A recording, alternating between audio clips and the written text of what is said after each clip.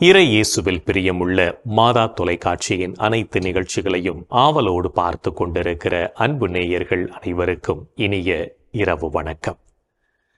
இந்த நாள் முழுவதும் இறைவனின் உடனிருப்பை நீங்கள் உணர்ந்து வாழ்ந்திருப்பீர்கள் என்று நம்புகிறேன்.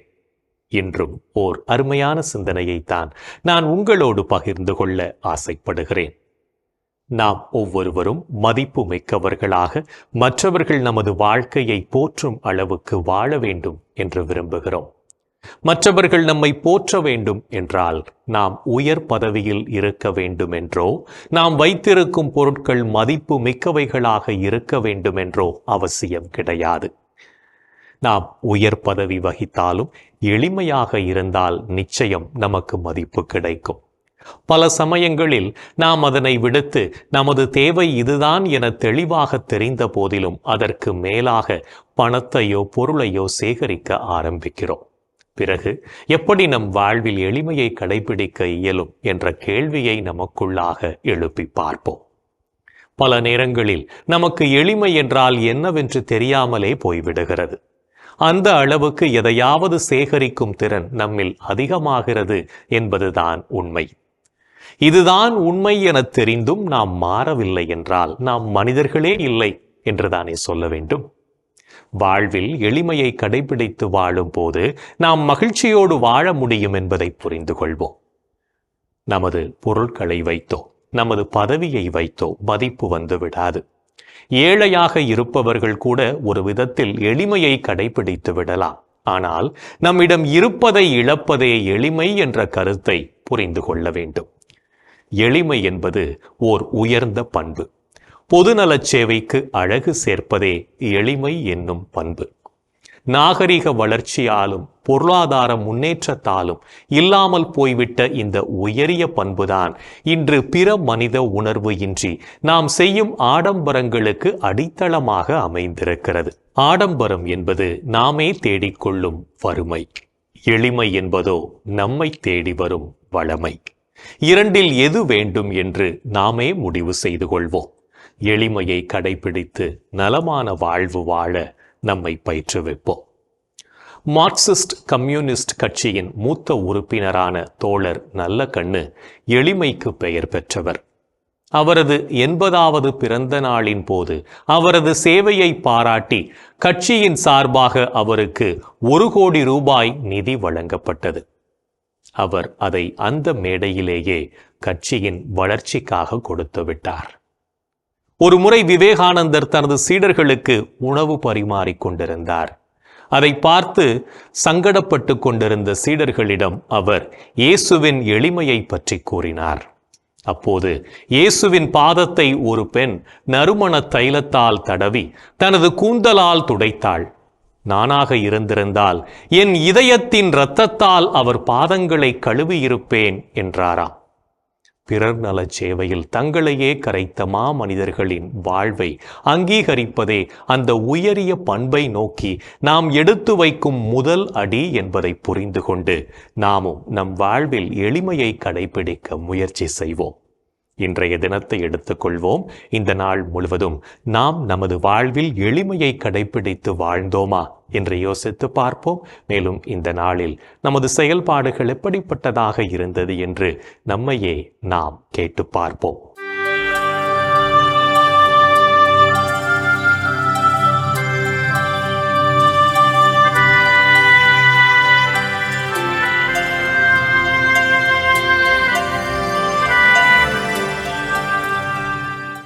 இன்று நீங்கள் மற்றவர்கள் துன்பத்தில் பங்கெடுத்தீர்களா? மகிழ்வாரோடு மகிழுங்கள், அழுவாரோடு அழுங்கள். இன்று நீங்கள் பெற்ற நன்மைகளுக்காக கடவுளுக்கு நன்றி கூறினீர்களா? எல்லா சூழ்நிலையிலும் நன்றி கூறுங்கள். உங்களுக்காக கிறிஸ்து இயேசு வழியாய் கடவுள் வெளிப்படுத்திய திருவுளம் இதுவே.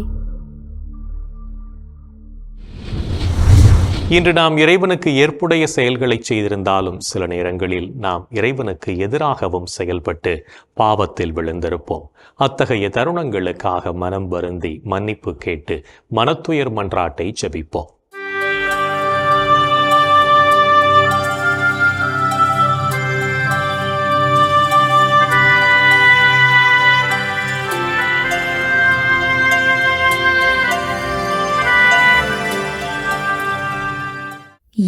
வல்ல இறைவனிடமும் சகோதர சகோதரிகளே உங்களிடமும் நான் பாவி என ஏற்றுக்கொள்கிறேன். ஏனெனில் என் சிந்தனையாலும் சொல்லாலும் செயலாலும் கடமையில் தவறியதாலும் பாவங்கள் பல செய்தேன். என் பாவமே, என் பாவமே, என் பெரும் பாவமே.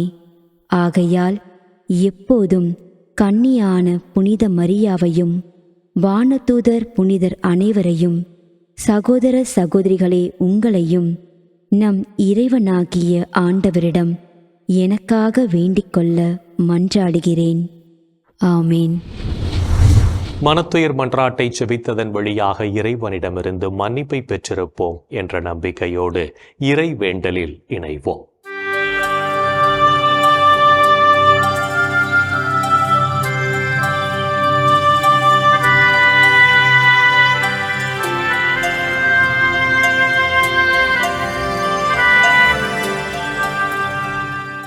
இறைவா இறைவா எமக்கு துணை புரிய வாரும். ஆண்டவரே எமக்கு துணை புரிய விரைந்து வாரும். தந்தைக்கும் மகனுக்கும் தூய ஆவியாருக்கும் மாட்சி உண்டாவதாக. தொடக்கத்தில் இருந்தது போல் இப்பொழுதும் எப்பொழுதும் என்றென்றும் இருப்பதாக. ஆமென்.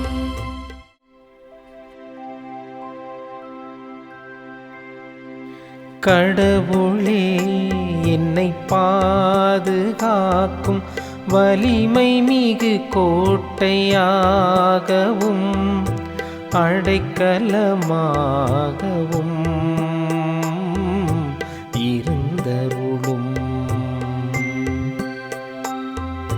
கடவுளே என்னை பாதுகாக்கும் வலிமை மிகு கோட்டையாகவும் அடைக்கலமாகவும் இருந்தருளும்.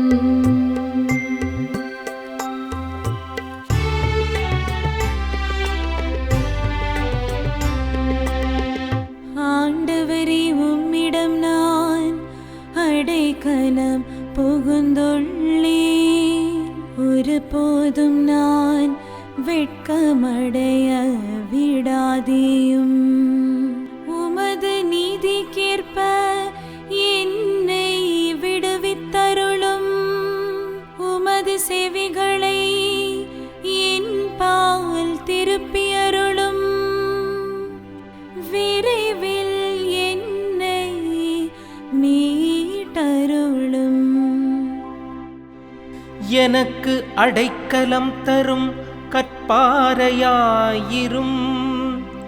வலிமை மிகு கோட்டையாய் நீரிருந்து என்னை பாதுகாத்தருளும்.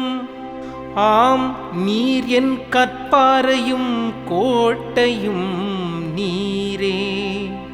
உமது பெயரின் பொருட்டு எனக்கு வழிகாட்டி என்னை நடத்தியருளும். எனக்கென அவர்கள் விரித்துள்ள வலையிலிருந்து என்னை விடுவித்தருளும். ஏனெனில் நீரே எனக்கு அடைக்கலம். உமது கையில் என் உயிரை ஒப்படைக்கின்றேன். வாக்கு பிறழாத இறைவனாகிய ஆண்டவரே, நீர் என்னை மீட்டருளினீர். தந்தைக்கும் மகனுக்கும் தூய ஆவியாருக்கும் மாட்சி உண்டாவதாக. தொடக்கத்தில் இருந்தது போல் இப்பொழுதும் எப்பொழுதும் என்றென்றும்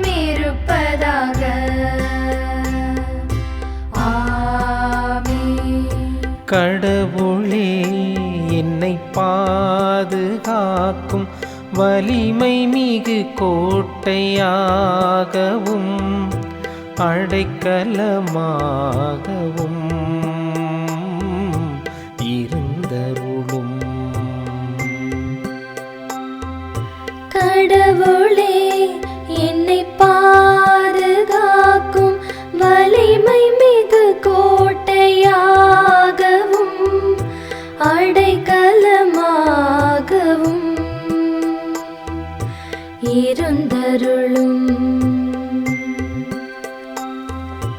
ஆண்டவரே ஆழ்ந்த துயரத்தில் இருக்கும் நான் உம்மை நோக்கி மன்றாடுகிறேன். ஆண்டவரே ஆழ்ந்த துயரத்தில் இருக்கும் நான் உம்மை நோக்கி மன்றாடுகிறேன். ஆண்டவரே ஆழ்ந்த துயரத்தில் இருக்கும் நான் உம்மை நோக்கி மன்றாடுகிறேன். ஆண்டவரே என் மன்றாட்டுக்கு செவிசாய் தருளும். என் விண்ணப்ப குரலை உம்முடைய செவிகள் கவனத்துடன் கேட்கட்டும். ஆண்டவரே நீர் எம் குற்றங்களை மனதில் கொண்டிருந்தால் யார்தாம் நிலைத்து நிற்க முடியும்? நீரோ மன்னிப்பு அளிப்பவர், மனிதரும் உமக்கு அஞ்சி நடப்பர்.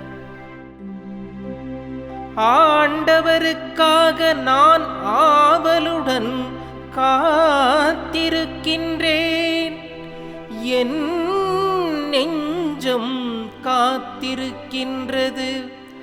அவருடைய சொற்களுக்காக நான் ஆவலுடன் காத்திருக்கின்றேன். விடியலுக்காய் காத்திருக்கும் காவலரை விட விடியலுக்காய் காத்திருக்கும் காவலரை விட என் நெஞ்சம் என் தலைவருக்காய் ஆவலுடன் காத்திருக்கின்றது. இஸ்ரவேலே ஆண்டவரை நம்பீரு. பேரன்பு அவரிடமே உள்ளது.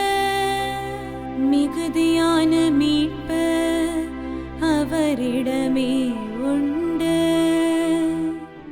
எல்லா தீவினைகளினின்றும் இஸ்ரவேலை மீட்பவர் அவரே. தந்தைக்கும் மகனுக்கும் தூய ஆவியாருக்கும் மாட்சி உண்டாவதாக. தொடக்கத்தில் இருந்தது போல் இப்பொழுதும் எப்பொழுதும் என்றென்றும் இருப்பதாக. ஆமென். ஆண்டவரே ஆழ்ந்த துயரத்தில் இருக்கும் நான் உம்மை நோக்கி மன்றாடுகிறேன்.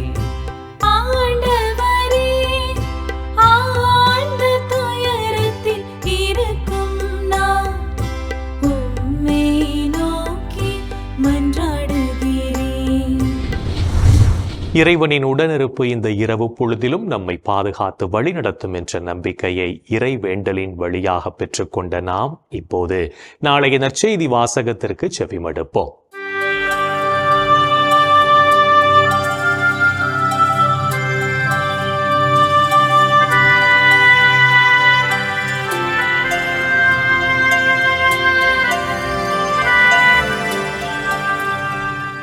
நாளைய திருப்பலி வாசகங்கள். முதல் வாசகம் இறைவாக்கினர் எசேக்கியேல் நூலிலிருந்து வாசகம். அதிகாரம் 12, இறைவார்த்தைகள் 1 முதல் 12 முடிய. பதிலுரை பாடல் திருப்பாடல் 78 இறை வார்த்தைகள் 56 முதல் 59 மற்றும் 61 முதல் 62 முடிய. மத்தேயு எழுதிய தூய நற்செய்தியிலிருந்து வாசகம். அதிகாரம் 18 இறை வார்த்தைகள் 21 அதிகாரம் 19 இறை வார்த்தை 1 முடிய. அக்காலத்தில் பேதுரு இயேசுவை அணுகி, ஆண்டவரே, என் சகோதர சகோதரிகளுள் ஒருவர் எனக்கு எதிராக குற்றம் செய்து வந்தால் நான் எத்தனை முறை அவரை மன்னிக்க வேண்டும்? 7 முறை மட்டுமா எனக் கேட்டார். அதற்கு இயேசு அவரிடம் கூறியது, 7 முறை மட்டுமன்று, 70 தடவை 7 முறை என நான் உனக்குச் சொல்கிறேன். விண்ணரசை பின்வரும் நிகழ்ச்சிக்கு ஒப்பிடலாம். ஓர் அரசர் தம் பணியாளர்களிடம் கணக்கு கேட்க விரும்பினார். அவர் கணக்கு பார்க்க தொடங்கிய பொழுது அவரிடம் 10,000 தாலந்து கடன்பட்ட ஒருவனை கொண்டு வந்தனர். அவன் பணத்தை திருப்பிக் கொடுக்க இயலாத நிலையில் இருந்தான். தலைவரோ அவனையும் அவனுடைய மனைவி மக்களோடு அவனுக்குரிய உடைமைகள் யாவற்றையும் விற்று பணத்தை திருப்பி அடைக்க ஆணையிட்டார். அப்பணியாளனோ அவருடைய காலில் விழுந்து, என்னை பொறுத்தருள்க, எல்லாவற்றையும் உமக்கு திருப்பி தந்துவிடுகிறேன் என்று வேண்டினான். அப்பணியாளின் தலைவர் பரிவு கொண்டு அவனை விடுவித்து அவனது கடனை தள்ளுபடி செய்தார். ஆனால் அப்பணியாள் வெளியே சென்றதும் தன் உடன் பணியாளருள் தன்னிடம் 100 தெனாரியம் கடன்பட்டிருந்த ஒருவரைக் கண்டு, நீ பட்ட கடனை திருப்பித்தா என்று கூறி அவரை பிடித்து கழுத்தை நெரித்தான். அவனுடைய உடன் பணியாளர் காலில் விழுந்து, என்னை பொறுத்தருள்க, நான் திருப்பிக் கொடுத்து விடுகிறேன் என்று அவனை கெஞ்சி கேட்டார். ஆனால் அவன் அதற்கு இசையாது கடனை திருப்பி அடைக்கும் வரை அவரை சிறையில் அடைத்தான். நடந்ததை அவருடைய உடன் பணியாளர்கள் கண்டபோது மிகவும் வருந்தி தலைவரிடம் போய் நடந்தவற்றையெல்லாம் விளக்கிக் கூறினார்கள். அப்போது அவனுடைய தலைவர் அவனை வரவழைத்து, பொல்லாதவனே, நீ என்னை வேண்டிக் கொண்டதால் அந்த கடன் முழுவதையும் உனக்கு தள்ளுபடி செய்தேன். நான் உனக்கு இரக்கம் காட்டியது போல நீயும் உன் உடன் பணியாளருக்கு இரக்கம் காட்டியிருக்க வேண்டும் அல்லவா என்று கேட்டார். அத்தலைவர் சினங்கொண்டவராய் அனைத்து கடனையும் அடைக்கும் வரை வதைப்போரிடம் அவனை ஒப்படைத்தார். உங்களுள் ஒவ்வொருவரும் தம் சகோதர சகோதரிகளை மனமார மன்னிக்காவிட்டால் விண்ணுலகிலிருக்கும் என் தந்தையும் உங்களுக்கு இவ்வாறே செய்வார். ஆண்டவரின் அருள்வாக்கு. கிறிஸ்துவே உமக்கு புகழ். ஆண்டவரே, உம் கையில் என் உயிரை ஒப்படைக்கின்றேன். ஆண்டவரே, உம் கையில் என் உயிரை ஒப்படைக்கின்றேன். உண்மையின் ஆண்டவராகிய கடவுளே, எம்மை மீட்டவர் நீரே. ஆண்டவரே, உம் கையில் என் உயிரை ஒப்படைக்கின்றேன். தந்தைக்கும் மகனுக்கும் தூய ஆவியாருக்கும் மாட்சி உண்டாவதாக.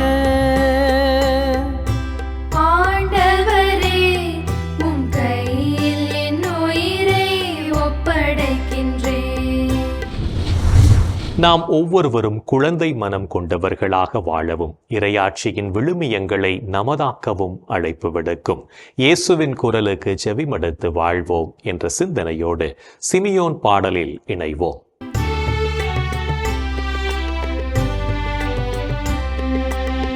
ஆண்டவரை, நாங்கள் விழித்திருக்கும் போது எங்களை காத்தருளும். நாங்கள் தூங்கும் போது எங்களை பாதுகாத்தருளும்.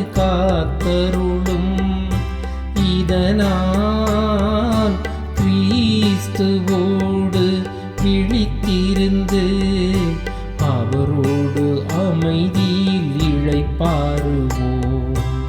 ஆண்டவரே, நாங்கள் விழித்திருக்கும் போது எங்களை காத்தருளும்.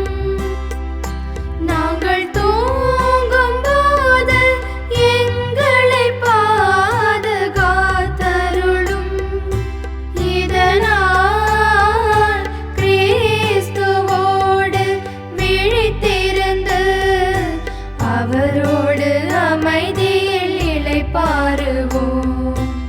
சிமியோன் பாடல். ஆண்டவரே, உமது சொற்படி உம் அடியான் என்னை இப்போது அமைதியுடன் போகச் செய்கிறீர். ஏனெனில் மக்கள் அனைவரும் காணுமாறு நீர் ஏற்பாடு செய்துள்ள உமது மீட்பை என் கண்கள் கண்டுகொண்டன. இம்மீட்பே பிற இனத்தாருக்கு வெளிப்பாடு அருளும் மொழி. இதுவே உம் மக்களாகிய இஸ்ரவேலுக்கு பெருமை, இஸ்ரவேலுக்கு பெருமை. தந்தைக்கும் மகனுக்கும் தூய ஆவியாருக்கும் மாட்சி உண்டாவதாக. தொடக்கத்தில் இருந்தது போல் இப்பொழுதும் எப்பொழுதும் என்றென்றும் இருப்பதாக. ஆமென். ஆண்டவரே, நாங்கள் விழித்திருக்கும் போது எங்களை காத்தருளும். நாங்கள் தூங்கும் போது எங்களை பாதுகாத்தருளும். இதனால் கிறிஸ்துவோடு விழித்திருந்து அவரோடு அமைதியில் இளைப்பாறுவோம். ஆண்டவரே, நாங்கள் விழித்திருக்கும் போது எங்களை காத்தருளும். நாங்கள் தூங்கும் போது எங்களை பாதுகாத்தருளும். இதனால் கிறிஸ்துவோடு விழித்திருந்து அவரோடு அமைதியில் இளைப்பாறுவோம். இறைவன் நம்மை ஒவ்வொரு நொடி பொழுதும் அற்புதமாய் வழிநடத்தி கொண்டிருப்பதை சிமியோன் பாடல் வழியாக உணர்ந்து ஜெபித்த நாம் இப்போது நாளைய புனிதரை பற்றி பார்க்கலாம்.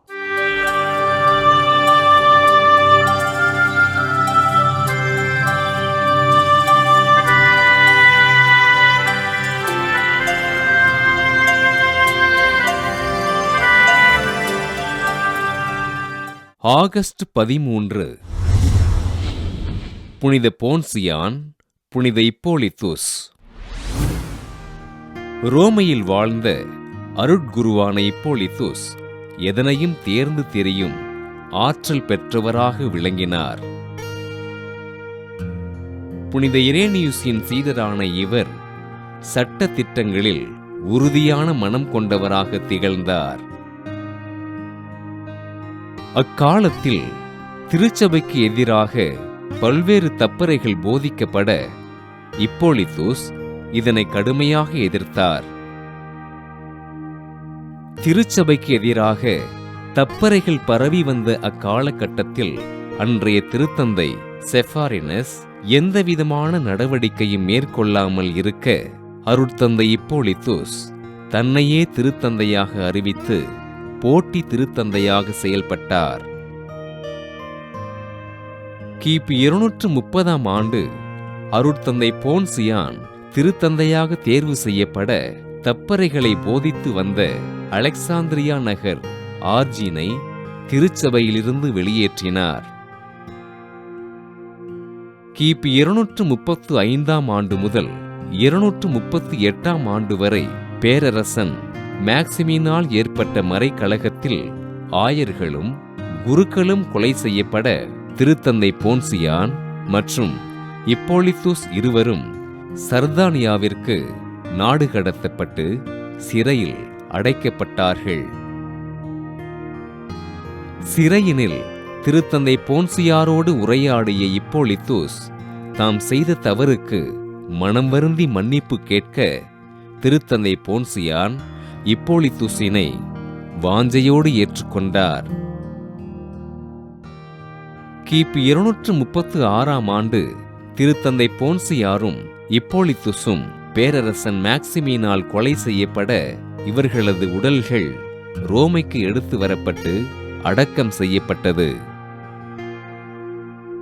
கிபி 3ஆம் நூற்றாண்டுகளில் திருச்சபையின் வளர்ச்சிக்காக பாடுபட்டு திருச்சபையினை பாதுகாத்த திருத்தந்தை போன்சியான் மற்றும் இப்போலித்துசினை திரு அவை புனிதராக உயர்த்தியது. புனித போன்சியான் மற்றும் இப்போலித்துஸ் திருவிழாவினை கொண்டாடுகிற நாம் உலகில் உள்ள அனைத்து கிறிஸ்துவ சபையினரும் ஆண்டவர் இயேசுவின் நற்செய்தி பணிகளை அர்ப்பணிப்போடு செய்வதற்காக ஜெபிப்போம். புனிதர்கள் ஒவ்வொருவரும் தங்களது வாழ்க்கையின் மூலம் இறைவனுக்கு சான்று பகிர்ந்து வாழ்ந்தவர்கள் என்பதை உணர்ந்தவர்களாய் நாமும் அவர்கள் வழியில் வாழ்ந்து இறை வழியில் பயணிப்போம் என்ற நம்பிக்கையோடு நாளைய தினம் நாம் மற்றவர்களை பற்றிய தவறான வதந்திகளை பரப்பாமல் இருப்போம். என் அன்பு சகோதரனே, சகோதரியே, கடவுளினுடைய வல்லமை, கடவுளுடைய ஆற்றல் நம்மை ஒவ்வொரு நாளும் மகிழ்ச்சியாலும் சமாதானத்தாலும் நிரப்பிக் கொண்டிருக்கிறது. இந்த அற்புதமான நாளிலும் அதை நாம் உணர்ந்திருப்போம். அதற்காக நமது ஆண்டவருக்கு நன்றி செல்வோம். இன்றைய சிறப்பான நாளிலே குழந்தை பாக்கியத்திற்காக ஏங்கி தவிக்கின்ற நம் சகோதரிகளுக்காக, நமது குடும்பங்களுக்காக நாம் உருக்கத்தோடு மன்றாடுவோம். ஆண்டவரே இயேசுவே, குழந்தை பாக்கியத்தை மாபெரும் கொடையாக அந்த குடும்பங்களுக்கெல்லாம் கொடுத்து ஆசீர்வதிக்கின்ற தேவனே, இதோ குழந்தை பாக்கியம் இல்லாமல், குழந்தை செல்வம் இல்லாமல் கண்ணீரோடு வாழ்ந்து கொண்டிருக்கின்ற பலவிதமான அவல பேச்சுகளால் முடங்கி போய் கிடக்கின்ற என் சகோதரியை, என் சகோதரனை, இந்த குடும்பங்களை நீர் பாருமையா. உமது இரக்கத்தால் இந்த குடும்பங்களை நிரப்பும்படியாய் இந்த பிள்ளைகளுக்கு நீர் குழந்தை பாக்கியத்தை கொடுத்து மகிழ்ச்சியை, சந்தோஷத்தால் அந்த குடும்பங்களை எல்லாம் நீர் நிரப்ப வேண்டுமாய் கெஞ்சி கேட்கிறோம். ஆண்டவரே, உம்மால் இயலாதது ஒன்றும் இல்லை என்பதை நாங்கள் ஏற்றுக்கொள்கிறோம், நம்புகிறோம். ஆண்டவரே இயேசுவே, இதோ இந்த பிள்ளைகளை நீர் ஆசீர்வதியும். குழந்தை செல்வத்தை கொடுத்து இந்த குடும்பங்களுக்கு நீர் வரங்களை நீர் அள்ளி தரும்படியாய் கெஞ்சி கேட்கிறோம். எங்கள் அன்பு தாயே, ஆரோக்கிய அன்னையே, இதோ உமது பிள்ளைகள் இவர்களுக்காய் பரிந்து பேசுங்கள் அம்மா. இந்த ஜெபங்களை எங்கள் ஆண்டவராகி இயேசுவே உமது வல்லமையான திருநாமத்தின் வழியாக உம்மை கெஞ்சி மன்றாடுகிறோம். ஆமென். என்று வாழும் உயிருள்ள இறைவன், தந்தை, மகன், தூய ஆவியார் நாம் அனைவரையும் நிறைவாக ஆசீர்வதிப்பாராக. ஆமென். இந்த ஜெபத்தின் வழியாக இறை அன்பிலும் அரவணைப்பிலும் நாம் நலமோடு வாழ்ந்து கொண்டிருக்கிறோம் என்பதை உணர்ந்திருப்போம்.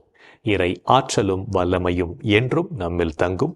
அன்னை மரியாவும் நமக்கு உதவிகள் செய்வார் என்ற நம்பிக்கையோடு அவரின் துணை வேண்டி இந்த நிகழ்வை நிறைவு செய்யலாம். Good night.